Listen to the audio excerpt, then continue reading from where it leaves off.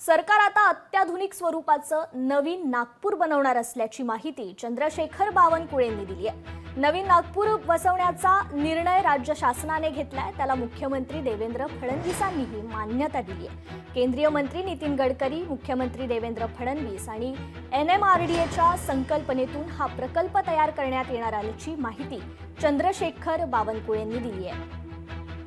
माननीय आमचे NMRDA commissioner आणि माननीय गडकरी साहेब, माननीय देवेंद्रजी, मी स्वतः बसून नवीन नागपुराची एक कल्पना तयार केली आहे। नवीन नागपूरचा एक संकल्प केला आहे। कल्पनाऐवजी संकल्प आहे। एक सिटी तयार व्हावी, ती सिटी ही स्वस्तामध्ये लोकांना घर मिळावे आणि देशातलं जगातलं सर्व इन्फ्रास्ट्रक्चर युक्त असलेलं आणि सर्व फॅसिलिटीचं त्याचं प्रेझेंटेशन आहे।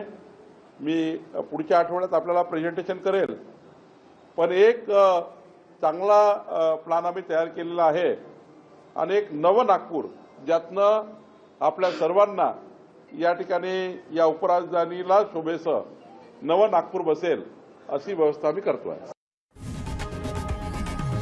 लोकशाही मराठी ऐका, पहा, जागरूक रहा।